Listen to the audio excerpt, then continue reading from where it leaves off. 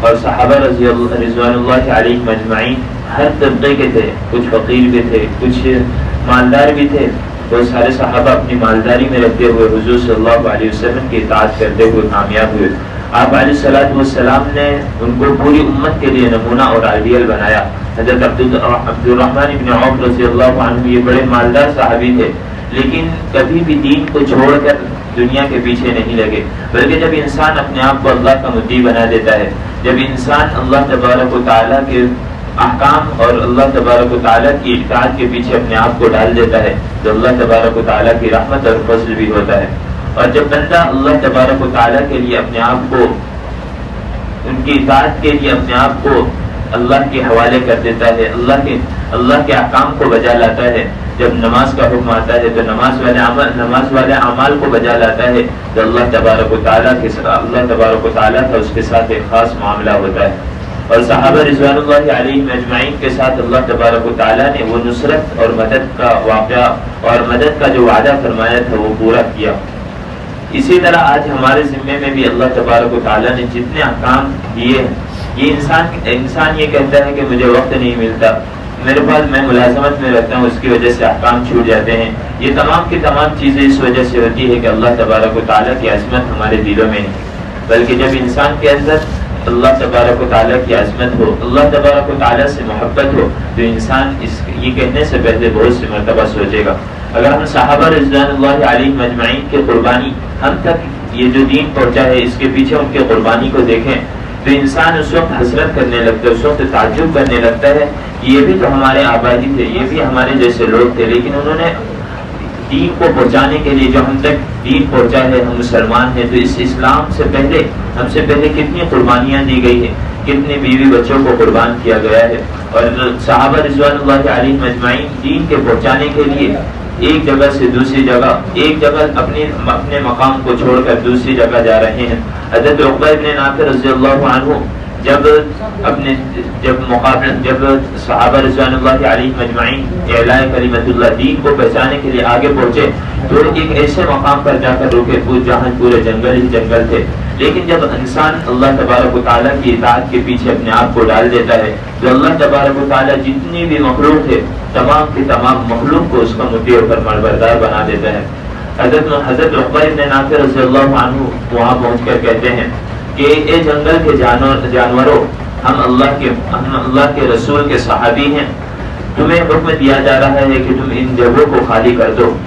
تو صحابہ رضوان اللہ علیہم اجمعین کی یہ بات سن کر جتنے بھی حشرات ارض تھے، جتنے بھی جانور درندے، تمام کے تمام درندے اس جنگل کو چھوڑ کر چلے گئے. یہ کیوں ہوا؟ اور اسی طرح صحابہ رضوان اللہ علیہم اجمعین کی اکثریت وہ تھی جنہوں نے دین کے پہنچانے کے لیے اپنے آپ کو مکہ سے نکالا تھا. اور مدینہ میں حجۃ الوداع کے موقع پر 1.25 لاکھ سے زیادہ کی تعداد کی صحابہ کی، لیکن امام مالک فرماتے ہیں کہ ان 1.25 لاکھ صحابہ میں سے صرف 10,000 ایسے صحابہ تھے جو مدفون ہیں مدینہ میں. تو اس سے کیا معلوم ہوا کہ جتنے بھی صحابہ تھے تمام کے تمام صحابہ اللہ کے دین کو پہنچانے کے لیے دوسروں تک کیسے دین پہنچ جاوے اس کے لیے بہت زیادہ محنتیں کی. تو ہماری بھی ذمہ داری اللہ تبارک و تعالیٰ نے ہمیں ایمان والا بنایا، اللہ تبارک و تعالیٰ نے اپنی دین کی نعمت ہمیں عطا فرمائی، اللہ تبارک و تعالیٰ نے ہمیں بلا مطالبے کہ ہمیں دین پر چلنے والا بنایا، ہمیں ایمان کی دولت سے سرفراز فرمایا. کیونکہ دنیا میں بہت سارے ایسے لوگ بھی ہیں جو دین کو نہیں پہچان رہے، اسلام کو نہیں پہچان رہے. ہم میں اور ان میں کچھ فرق ہونا چاہیے. اور جب حالات تو ہر انسان کے اوپر آتے ہیں، کیونکہ حالات میں تو ہر انسان گھرا ہوا ہے. اور اللہ تبارک و تعالیٰ خود فرماتے ہیں الذی خلق الموت والحیاۃ لیبلوکم ایکم احسن عملا، کہ اللہ تبارک و تعالیٰ نے موت اور زندگی کا یہ جو سسٹم اور یہ جو ماحول بنایا ہے یہ اسی لیے بنایا ہے تاکہ انسان کو آزمایا جاوے. انسان آزمائش میں رہتے ہوئے اللہ کے حکم کو مجا لاتا ہے یا نہیں لاتا ہے، انسان حالات میں رہتے ہوئے اللہ کے حکم کو پورا کرتا ہے یا نہیں کرتا ہے. اور مسلمانوں پر تو اس سے بھی زیادہ تکلیفیں آتی ہے. اللہ تبارک و تعالیٰ یہ جو کفار ہیں اور مشرکین کو بہت زیادہ مال دیتے ہیں. اور کیونکہ اللہ تبارک و تعالیٰ نے مسلمانوں کے لیے اس کو ایک قید خانہ بنایا. آپ علیہ الصلوۃ والسلام کی ایک حدیث میں ہے کہ یہ دنیا مسافر ہے ایمان والوں کے لیے، جس طرح مسافر اپنی منزل ایک طے کر لیتا ہے اور منزل مقصود ہوتی ہے، منزل تک اس کو پہنچنا ہوتا ہے، اور راستے میں جتنے اسٹیشن وغیرہ آتے ہیں اور راستے میں جتنی چیزیں ہوتی ہے ان تمام میں اپنے آپ کو رکھ کر اور اپنے آپ وہاں سامان وغیرہ خریدنے میں اپنی ٹرین کو نہیں چھوڑ دیتا، اپنی منزل کو نہیں بھول جاتا، اسی طرح ہماری منزل بھی جنت ہے۔ اور یہ دنیا میں اللہ تبارک و تعالیٰ نے جو بھیجا ہے یہ اس لیے بھیجا کہ ہم جنت کے لیے جو آنے والے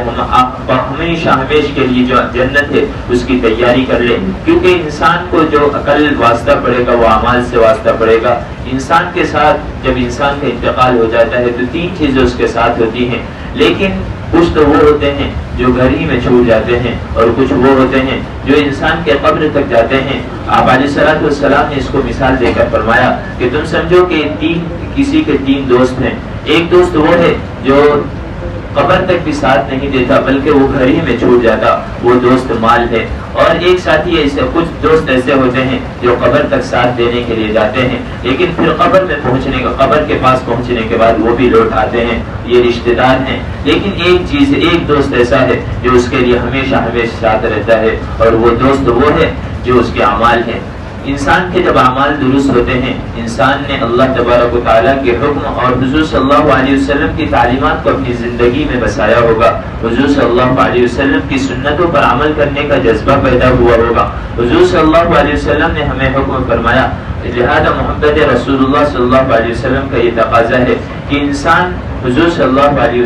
وسلم کی تعلیمات کو نہ چھوڑے۔ آپ علیہ الصلوۃ والسلام نے کیسے قربانی دی۔ آپ علیہ الصلوۃ والسلام حجۃ الوداع کے موقع پر اپنی امت کے لیے مسلسل 5-6 گھنٹے مانگتے رہے۔ آپ علیہ الصلوۃ والسلام نے اسی قربانی کے تحت جب طائف کے میدان میں گئے ہیں تو آپ علیہ الصلوۃ والسلام کو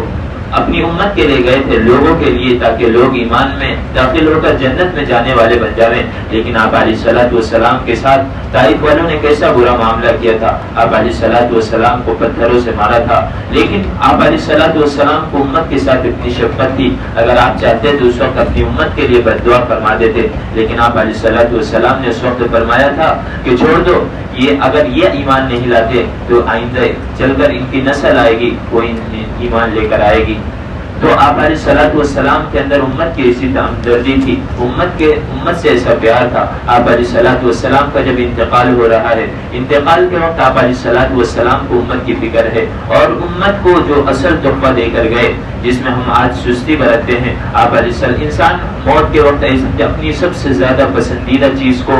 پکارتا ہے، اپنی سب سے زیادہ پسندیدہ چیز کے بارے میں جو وصیت وغیرہ کرنی ہوتی ہے وہ کرتا ہے۔ لیکن آپ علیہ الصلوۃ والسلام اپنے داماد کے آپ علیہ الصلوۃ والسلام کے سامنے تھا کہ میرے داماد کو قتل کیا جائے گا، میرے نواسوں کو قتل کیا جائے گا، لیکن کبھی بھی آپ علیہ الصلوۃ والسلام نے اس کی دعا نہیں فرمائی، بلکہ آخری وقت جو حکم فرمایا وہ یہ تھا الصلاۃ وما ملکت ایمانکم، کہ نماز کو لازم پکڑے رہنا۔ آپ علیہ الصلوۃ والسلام نے ایک مرتبہ فرمایا تھا کہ میں تمہیں دو چیزیں چھوڑ کر جاتا ہوں، اگر تم نے ان کی اتباع کیا، اگر ان کو تم نے تھامے رکھا تو تم کامیاب ہو، ورنہ تم ناکام ہو جاؤ گے، ورنہ تم گمراہی میں چاہے بھٹک جاؤ گے۔ آپ علیہ الصلوۃ والسلام نے وہ دو چیزیں کتاب اللہ اور سنت رسول بیان فرمائی تھی۔ تو ہم بھی علماء سے تھوڑا جڑے، اپنے تعلقات کو درست کریں، اور جتنے بھی خیر کے کام ہیں ان تمام کے تمام خیروں کے کام میں اپنے آپ کو جوڑنے والا بناویں۔ جیسے قربانی کے ایام آ رہے ہیں تو ان میں مسائل کو پوچھیں، ہم پر قربانی واجب ہوگی یا نہیں ہوگی، لوگ مسائل کو پوچھیں۔ اور اسی طرح یہ جو مسجد